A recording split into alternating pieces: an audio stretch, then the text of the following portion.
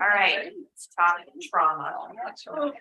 Totally unrelated to pathology. I have a great book recommendation in the subject of trauma, not physical trauma, but like inside trauma, like emotional trauma. It's called The Body Keeps the Score. It's about I see some nods, you read it, Bessel van der Kolk.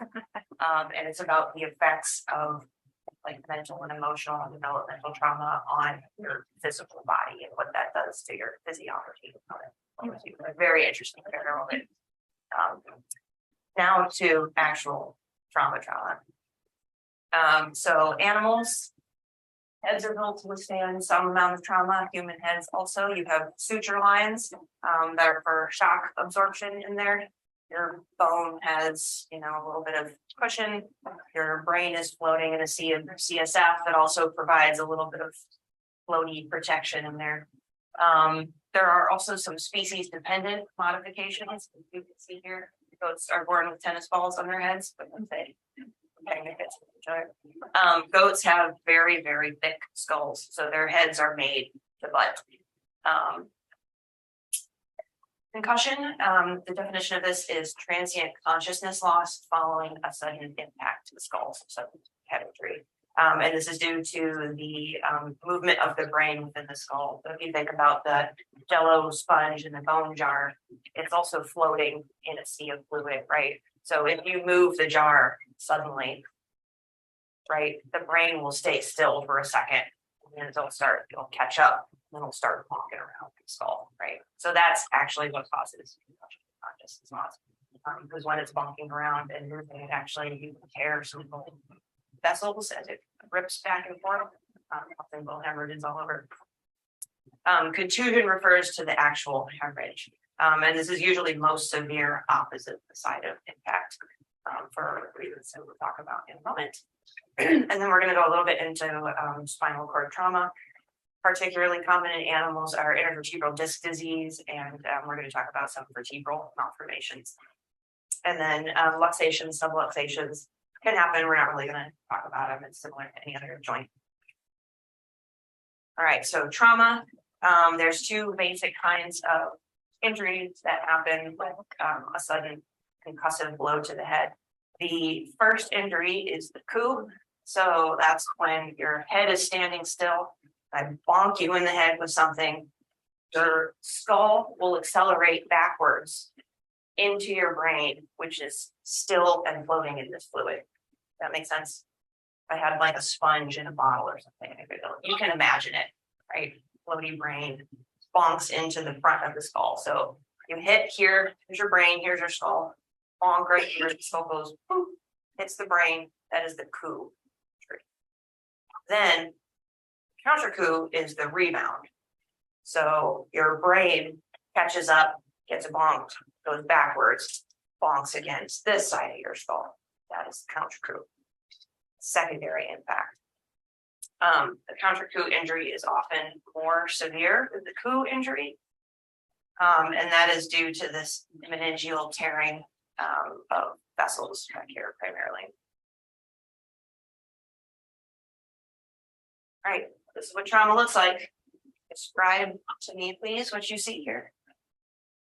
These are meninges. The skull has been removed. This is the dura and leptomeninges. Oops. Hemorrhage. That's an interpretation, but I'll take it.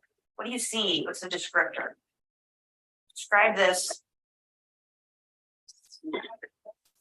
Focal, black and brown, space occupying. Where is it?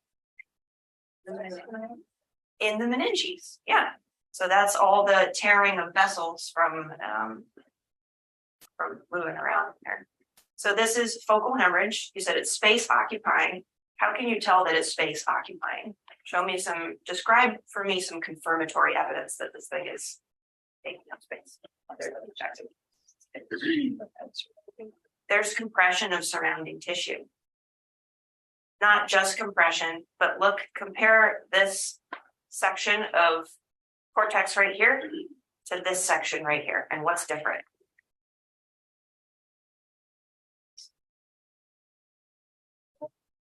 Call that pressure atrophy. Look at the layers. Pressure atrophy, beautiful.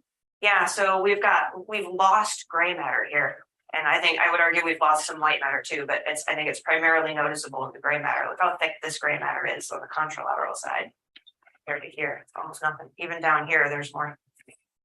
So yeah, we've got compression atrophy. What else? Remember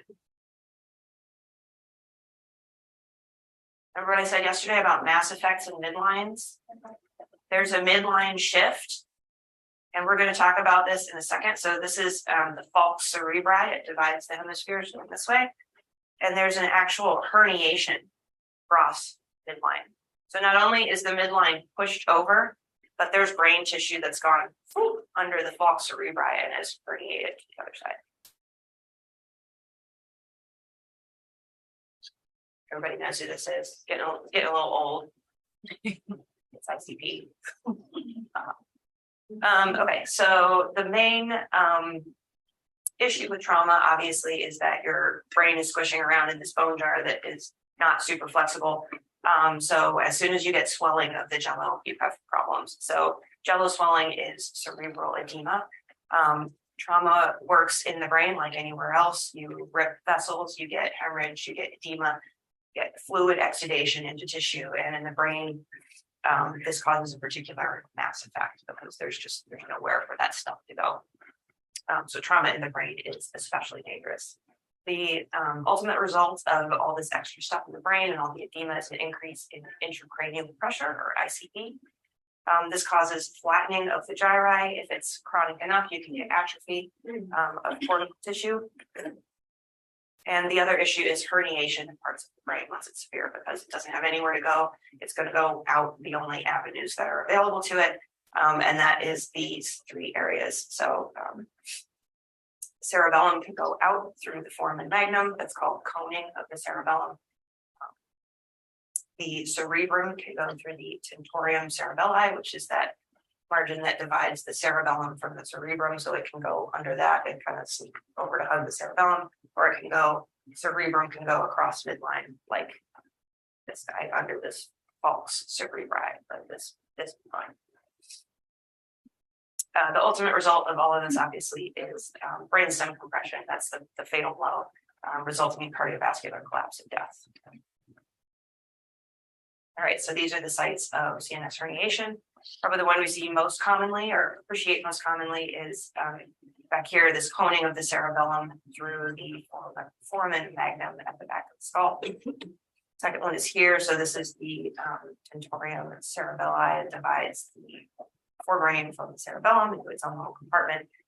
Forebrain can herniate kind of under here, join the cerebellum. And then this one's a little harder to see in this section, but here's the falx cerebri, that membrane divides the two halves. And along midline, forebrain can kind of slip back and forth across those, depending on where the mass is. All right, so here's an example of cerebellar herniation. You guys see it right here? You see why we call it coning? There's a little cone at the end of the cerebellum. It looks so squished and sad. Look at it. It's like, while we have this picture up, so this is a pig, just appreciate the proximity of this frontal sinus to the front of the brain. Yikes, right? Hello, portals of entry. Right, this is an example of both cerebral and cerebellar herniation. This is suffered meningitis. So if you guys can appreciate all this cloudy stuff in here that should not be there. It looks kind of buggery and almost like the FIP brain. So that's pus. It's the suppurative meningitis, secondary edema, and back here we have coning of the cerebellum. We have herniation here, and then I've kind of drawn you this line following the tentorium cerebelli, and you can see the contour of the forebrain here is going beyond that and kind of pushing into the cerebellum. There. We can't see the falx cerebri, so we don't know if there's midline herniation, but midline herniation is more common with actual focal mass effects. So this would be meningitis. This would be more of a diffuse swelling. So these are kind of more common with that. This one's more common with large shift and large masses.